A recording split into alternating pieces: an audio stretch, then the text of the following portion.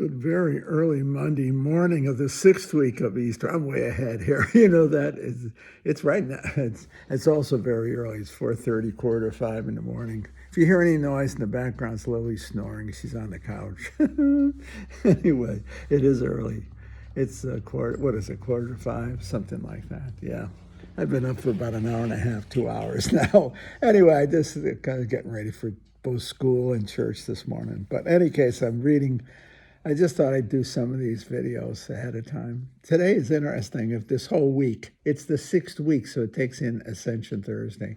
You get a choice to have, not a choice, it's whether the diocese is celebrating the Ascension on Thursday or on Sunday. I'm assuming Sunday, so there's a continuity in the readings, okay? That's the only reason I'm doing it this way, okay? And it's the Acts of the Apostles. It's John's Gospel. But especially, I'm more taken up by the interesting story of the Acts of the Apostles because it's the spread of the church. And you see the way it works, and it's still doing the same thing today. I'm struck by it. And it's interesting how it works because the apostles move, obviously, they move within the familiar. So it's interesting, they start from Jerusalem and they work their way to Rome. So they move from the center of revealed faith, Jerusalem, Jewish faith, to the Gentile world, which is pagan. And they move gradually through their experience. And what makes it so interesting, as they get rejected by the Jewish community, the very pagan Gentile community accepts them. See? So they preach to their own, and their own doesn't receive them. Some do, of course, but not all. But in every case, they bounce into the Gentile world, and the Gentile world invites them in, as it were, because they believe. I'll give you something else that's interesting. Who are going to be in a sense, the initiators of the first receivers who are also become initiators of the faith? I'll tell you the story as it goes along. It's not what you would think, the conventional believer. Very often it's women, so they're not in the leadership position, let's say, of the synagogue, but they're the ones who first believe. Or they're pagan women, but they believe and they lead. It's interesting because it's through their faith that they bring the faith to their families. Think of the analogy of the church. It's feminine. Also, Romans and Greeks or Gentiles, okay, are the first to believe. You'll see it tomorrow. The jailer, he's not a Jew, but he comes to believe, you see? And then he spreads the belief to his family, you see? So I think that's interesting. It takes the rejection by the Jews and therefore the centrality of Jerusalem to become, for the church, to become global. That's what I'm getting at. And in surprising ways. That thing is what makes it so in surprising ways. Where you would least expect it, the jailer, the woman, Lydia, okay, who sells cloth, purple cloth, okay? Where you least expect it is where it occurs. See? Where you would think conventional belief would be the means by which the faith was preached and received. It's not the case. See?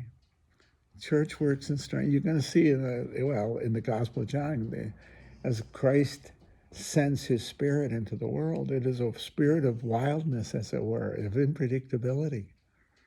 See, it's not conventional.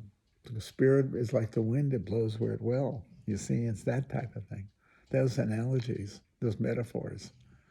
I believe that of the church today, actually. I'm just sort of jumping to the point.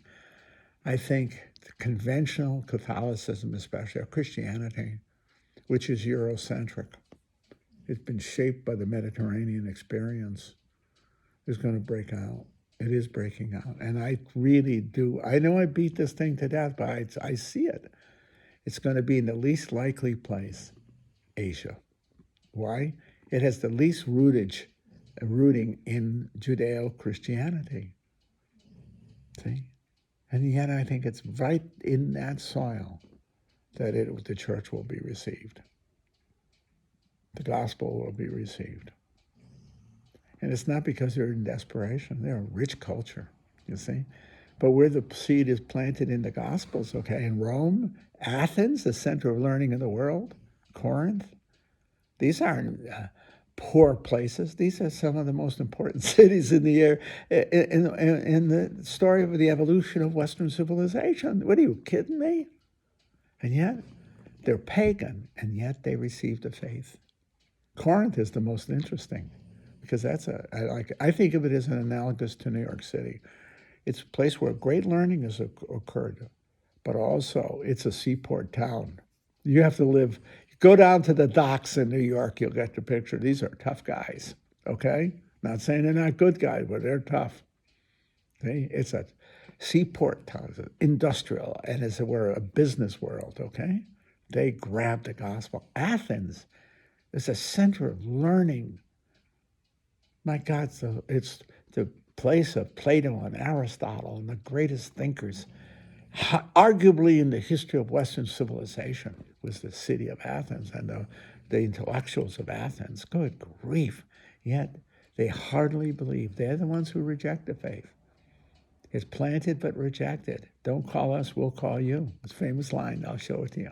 Okay? So what do? They're all kind of sad. They go to Corinth, the least likely place, and they convert the city overnight. The spirit moves like the wind where it wills. You're seeing that incongruity. It's the least likely are the most responsive. And some of the leadership is women, not priestly, women. They're the preachers. They bring the faith to the home, and they've been doing it ever since. I think of that all the time, the mother's faith in the house, in the household. Yeah. I'm not taking anything away from the old man, okay? But so much of the faith is handed out maternally by motherly love. I think because the reason is they established the core of the household, the mother's love. When Christ wants to say in the Gospels where it says, even if your mother forgets you, I will not. In other words, a mother's love is, God compares himself to even greater than a woman's love, and a woman's love. A mother's love is the ultimate form of love. It gives life and it nurtures. It loves, gives life, and it nurtures life. And you're going to see it. That's the church. But it's also the women of the church, then and now. Women of the church bring faith to their families. They nurture the faith maternally and spousally. That's the truth. I'm not making that up. You're going to see it in the gospel here. The men are more cautious, the women are bolder. But so are the pagans bolder. Maybe because the refreshment they see in Christ and in the gospel. Maybe a refreshment they didn't know they missed until they see it. They taste it, as it were. I don't know. But I actually think that's the new world for us. We are exactly where I think the apostles were in the first century. I think we're in the greatest age, I would say since the 4th century, but very similar to the 1st century. As the church globalizes, it expands, and it goes to places like Beijing, which would seem to be the least likely place. That's where the church is going to come alive. I believe that. But I also mean and believe that as the Jews rejected Christ, as the West has rejected Christ, after 2,000 years, the West will need and will be re-evangelized. But it will be re-evangelized.